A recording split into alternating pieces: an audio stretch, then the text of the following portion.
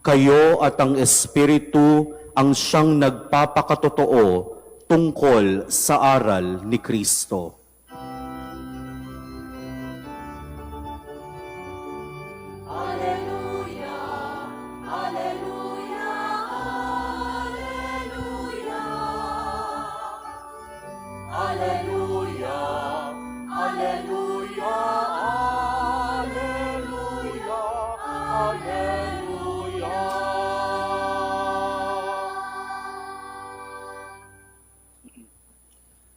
Sumainyo ang Panginoon. At sumaiyo rin. Ang mabuting balita ng Panginoon ayon kay San Mateo. Papuri sa iyo, Panginoon.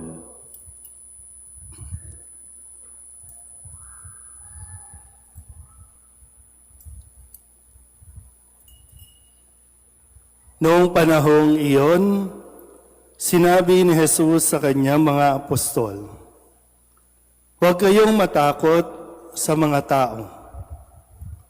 Walang natatago na di malalantad o nalilihim na di mabubunyag. Ang sinasabi ko sa inyo sa dilim, ulitin ninyo sa liwanag.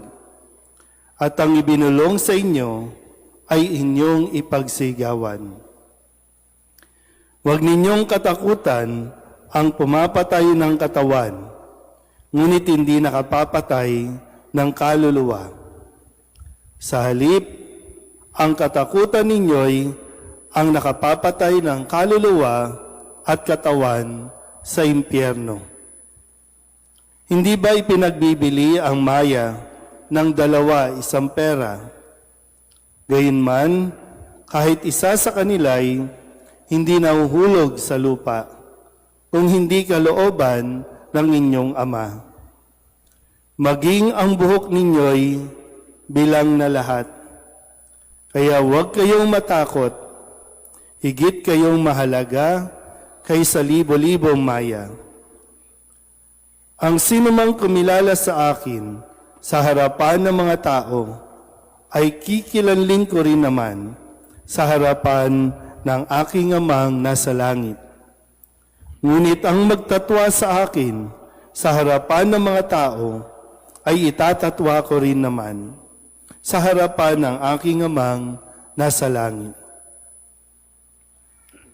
Ang mabuting balita ng Panginoon. Pinupuri ka namin, Panginoong Hesukristo.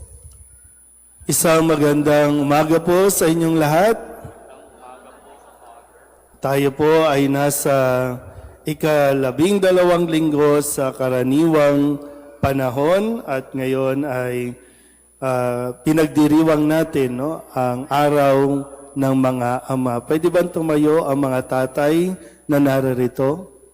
Yung mga tatay po. Pwede bang palakpakan natin ang mga tatay na naririto? Salamat po at nawa ipagpatuloy niyo po. Mahalaga kasi sa pamilya na ang mga tatay ay nakikita na nagsisimba. Kasi yan ay pagpapatunay ng inyo pong pananampalataya sa Diyos. Alam ko hindi madali na bumuhay ng isang pamilya. Hindi madali ang magpalaki ng mga anak na kapag ang mga anak ay medyo lumalakas na, medyo nagkakaisip na, ay talagang ang hirap disiplinahin, mahirap ng turuan, pero tandaan nyo, kayo pa rin ang pinili ng Diyos na maging ama dyan sa inyo pong pamilya. Kaya nawa ang mensahe ng ating Panginoong Hesukristo sa linggong ito ay inyo pong matanggap at talagang magbigay nawa ito sa inyo ng ibayong kalakasan para magpatuloy na maging ama at maging asawa. Bago po yan, sa ating pong Ebanghelyo ngayon, sa pagpapatuloy ng pagbibigay, payo, babala, o kung anumang mga advice ang ibinigay pa ni Kristo sa kanyang mga alagad bago sila tuluyang humayo sa kanilang mga misyon. Karugtong po ito ng pagbibigay habilin na sinasabi ni Kristong, hanapin ninyo ang mga nawawalang sambahayan ng Israel. Ipangaral na malapit ng maghari ang Diyos, buhayin ang mga patay, pagalingin ang mga may sakit, palayasin ang mga demonyo. So ilan ito sa mga nauna ng paalaala ni Jesus sa kanyang mga alagad no nakalipas na linggo. At ngayon, mga salita na dapat baunin nila. Kasi alam ni Kristo, hindi ito magiging madali, hindi ito magiging, kumbaga, yung okay lang. No? Kasi talagang hindi magiging okay ang kanilang mararanasan. Kaya ang sabi ni Kristo, huwag kayong matakot. Sabihin niyo nga po, huwag kang matakot. Pakisabi sa katabi, huwag kang matakot. Iba't iba no, ang ating nararanasan, iba't iba ang ating sitwasyon, pero maganda po na baunin natin at pakinggang mabuti ang salita ng Kristo, huwag kang matakot. Minsan tayo lang nakakaalam no, kung ano yung kinatatakutan natin. Either natatakot ka ring sabihin o wala ka pang lakas ng loob sabihin kung ano ang iyong kinatatakutan, kaya mas pinipili nating manahimik, mas pinipili natin na dumistansya. Pero mayroon tayong mga takot at alam yan ng Diyos. Kaya balikan ko ulit. Sabi ni Kristo sa kanyang mga alagad, huwag kayong matakot sa mga tao. Kasi kapag nagpahayag sila na malapit ng maghari ang Diyos, pagtatawanan sila ng mga tao. Pag nagpahayag sila ng katotohanan, ire-reject sila ng mga tao. Pagsasabihan, pagbibintangan ng kasinungalingan, at sila ay pagtatawanan. Kaya sinasabi na agad ni Kristo, huwag kayong matakot sa mga tao. Ang misyon nyo, magsalita, magpahayag, tanggapin man o hindi, ikatuwa man o ikagalit, ipahayag ninyo at huwag kayong matakot sa mga tao. Pangalawa, ang sinabi rin ni Kristo, huwag niyong katakutan ang kayang pumatay ng inyong katawan, na siya namang naranasan talaga. Yung iba, ipinapako, ipinabilanggo, pinabalatan ng buhay, pinahagupit, pinarusahan ng todo-todo, alang-alang sa mabuting balita. Pero lahat sila nanindigan sa pananampalataya na si Kristo ang Mesiyas at ipinapatuloy ang pagpapahayag ng mabuting balita. Kaya po, lahat sila ngayon naroroon na sa langit. Kaya sabi, no, ang katakutan ninyo, yung magdadala sa iyo sa impyerno. Sa impyerno, katawan at kaluluwa susunugin.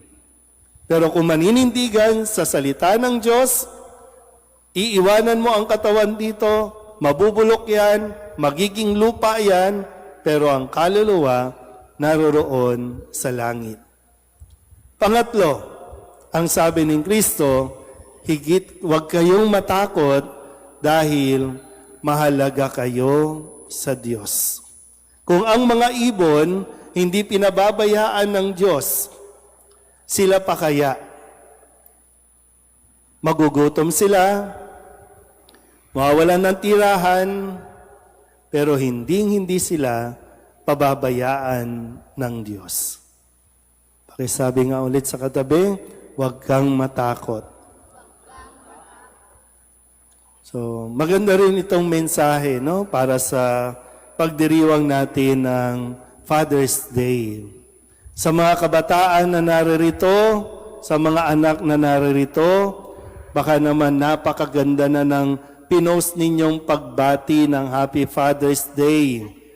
Binati nyo na ang lahat ng tatay sa buong mundo, pero ang mismong tatay mo, hindi mo pa binabati. Paki-explain. pa-cute.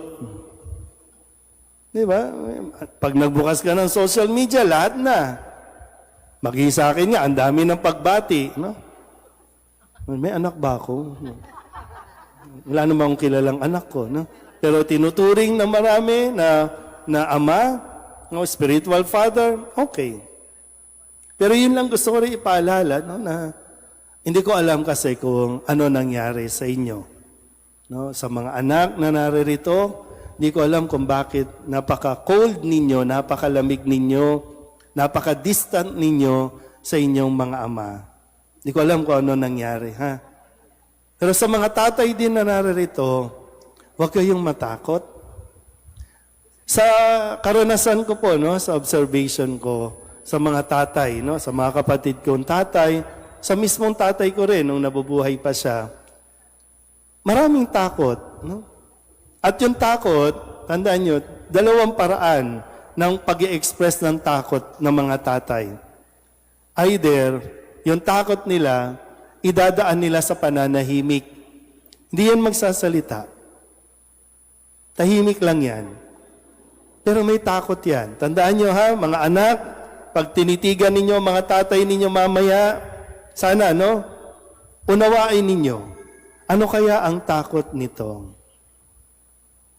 Pangalawa, na paraan ng pag-i-express ng mga tatay ng kanilang takot, galit.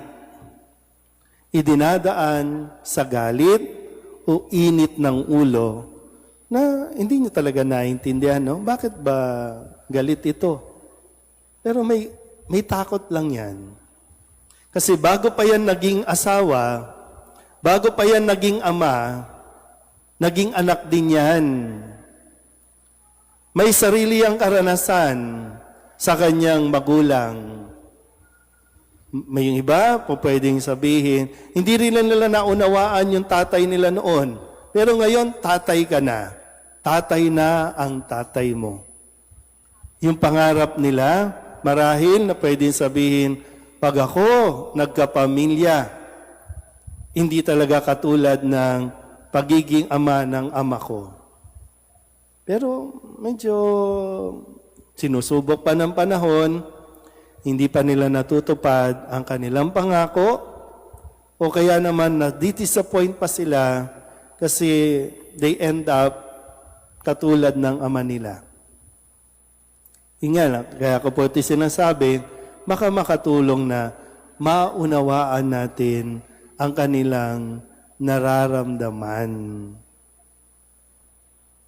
Kaya sa mga tatay po na mga naririto, huwag kayong matakot. Pakisabi nga sa mga tatay na kasama ninyo, huwag kang matakot. Mga lay minister natin, mga tatay na yan, no? Sa mga kabataan dito, ha? Huwag muna kayong magmadaling maging tatay. Ayusin niyo muna yung relasyon ninyo sa tatay ninyo bago kayo maging tatay.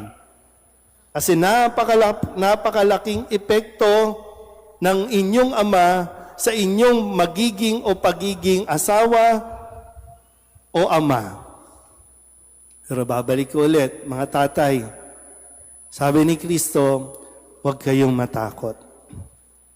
Hindi madaling bumuhay ng pamilya. Hindi madaling, kasi, no, tandaan niyo po ha, kayo ang pinili at tinawag ng Diyos para sa misyon dyan sa inyong pamilya. Maging asawa, maging ama. Hindi madali kasi ilang buhay ang nasa sa inyong palad, ang nasa sa inyong balikat na dapat ninyong itaguyod kasi pananagutan ninyo yan sa Diyos na tumawag sa inyo para sa misyong yan. Natatakot kayo. Pero sabi ni Kristo, huwag kayong matakot. Kakayanin yan. Harapin ninyo. Huwag nyo lang idaan sa pananahimik kasi hindi naman kayo nag-iisa. At huwag ninyong idadaan sa init ng ulo kasi lalayo sila sa iyo. Kailangan mo rin ng tulong. Huwag ka rin matakot humingi ng tulong. Huwag ka rin matakot pagpapatulong. Pag sinabi mo, sabihin mo rin, minsan talagang darating sa punto, hindi natin kakayanin. Napakabigat ng responsibilidad. Hindi natin minsan kinakaya at kailangan din natin uminto, kailangan din natin magpahinga. Pero hindi ibig sabihin, susuko na tayo, hindi ibig sabihin, magpapatalo tayo. Kaya nga yung pagpapalakas ng loob ni Kristo, huwag kayong matakot, hindi kayo pababayaan ng Diyos, huwag kayong matakot kasi mahalaga kayo sa Diyos. Kayong mga tatay, kayo ang magiging daan para ang inyong pamilya makarating sa langit. Huwag niyong dalhin sa impyerno ang inyong pamilya dahil lamang natatakot kayong sa inyong responsibilidad. Pakisabi nga ulit sa mga tatay na kasama ninyo, kaya mo yan. Sa mga nasa abroad po, na mga nanonood dito, sana pagsumikapan ninyo. Alam ko, ang dahilan ninyo kung bakit kayo nag-abroad, nagtatrabaho sa abroad, para mabigyan ng magandang buhay ang inyong pamilya dito. Pero huwag kayong matakot umuwi. Huwag kayong matakot sa gastusin dahil walang katumbas na halaga ang inyong presensya. Nga lang, no? Huwag niyong sanayin na kayo ay malayo sa isa't isa. Malayo na sa lugar, baka mas malayo pa maging ang inyong mga damdamin sa isa't isa. Kaya muli, sa lahat ng mga tatay, mapa rito, mapa sa online, sinasabi ni Kristo, huwag kayong matakot. Amen.